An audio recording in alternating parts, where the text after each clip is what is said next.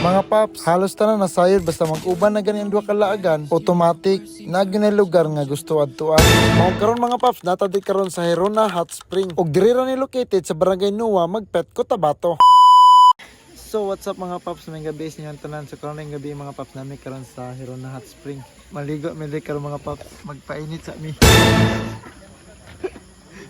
Pero bago mi naligo mga paps, nagkaon sa mi cup noodles. Kalami mo kung magpainit sa tiyan mga paps, kay gikan pa mi sa biyahe nya bugnaw kayo ang hangin. Kaysa tinuod lang mga paps, dili mo cup noodles akong gipangita diri mga paps, kun dili kape. So saon taman mga paps, wala may kape baligya diri mong cup noodles na lang. Pero mga paps, ginan ako si Moki nga taod-taon ta maligo, pero mo ni ang reaksyon. Kay kaligo na jud daw kay siya mga paps. Diyos ko, mga babae jud. Mo to syempre musupak pa dito mga paps nga lalaki man ta. Ipakita na to nga atong paglalaki nga dapat under jud ta. What?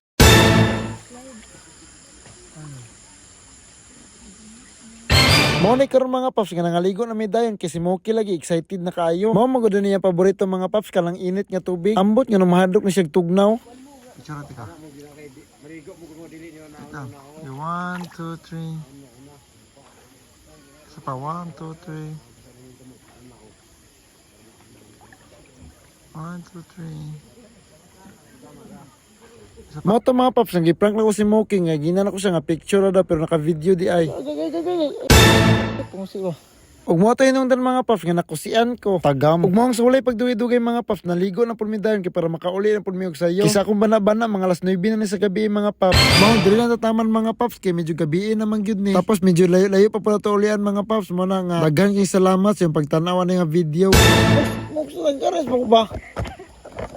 Kumang garaong ka pantera ka niya.